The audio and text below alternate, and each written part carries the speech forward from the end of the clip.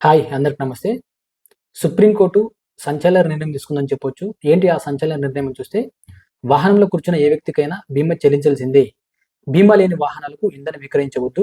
కొత్త కార్లకు 4 సంవత్సరాలతో పాటు, అదేవిధంగా ద్విచక్ర వాహనాలకు 6 సంవత్సరాల పాటు థర్డ్ పార్టీ ఇన్సూరెన్స్ కింద కొనుగోలు తప్పనిసరి చేయాలని కూడా సుప్రీంకోర్టు స్పష్టం చేసింది.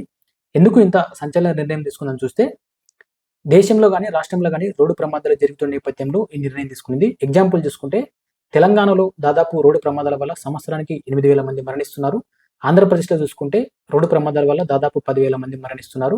సో, దీంట్లో ఎందుకు ఈ విధంగా మరణిస్తున్నారో ఒకసారి చూస్తే, అతివేగం వలన ఈ విధంగా మరణాలు జరుగుతున్నట్టు తెలుస్తుంది.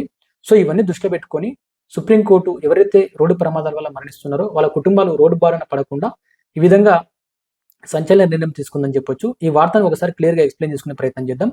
రోడ్డు ప్రమాదాలు జరిగినప్పుడు వాహనంలో కూర్చున్న ఏ వ్యక్తికైనా బీమా కంపెనీలు కంప్రెహెన్సివ్ కింద పరిహారం చెల్లించాలి. అదేవిధంగా మోటార్ వాహన ప్రమాదాల పరిహారానికి సంబంధించిన విషయాలు కూడా కోర్టులు అతి సాంకేతిక దృక్పథాన్ని కూడా అనుసరించకూడదని కూడా నిర్దేశించింది. 1996లో ప్రకాశం జిల్లా సింగరాయకొండ దగ్గర జరిగిన రోడ్డు ప్రమాదంలో మరణించిన చిత్తూరు జిల్లాకు చెందిన రాము అనే వ్యక్తి కుటుంబ సభ్యులకు పరిహారం చెల్లించే విషయమై ఈ విధంగా ధర్మాసనం స్పష్టం చేసింది.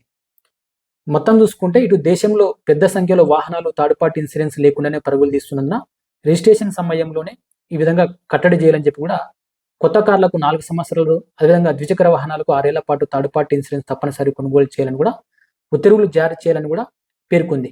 ఇటు బీమా అమల్లో ఉన్న వాహనాలకు ఇంధనం సరఫరా జరిగేలా ఐఆర్డీఏ పైలట్ ప్రాజెక్టు కింద కూడా అమలు చేయాలని కూడా కేంద్ర రహదారి రవాణా శాఖతో సంప్రదించినట్టు కూడా తెలుస్తుంది. సో, చూశారు కదా, ఎవరైతే ఈ రోడ్డు ప్రమాదాల వల్ల మరణిస్తారో వాళ్ళ కుటుంబాలు రోడ్డున పడకుండా వాళ్ళకి అంతో ఇంతో కంప్రెహెన్సివ్ కింద అమౌంట్ ఇస్తే వాళ్ళ కుటుంబాలు రోడ్డున పడకుండా ఉంటాయని చెప్పి కూడా సుప్రీంకోర్టు అయితే ఈ విధంగా సంచలన నిర్ణయం తీసుకుంది. సో, చూశారు కదా, రాబోయే రోజుల్లో ఇటువంటి కంటెంట్ ఉన్న మన ఛానల్లో పెట్టే ప్రయత్నం చేశాను. థ్యాంక్స్ ఫర్ వాచింగ్ టీవీ7 న్యూస్.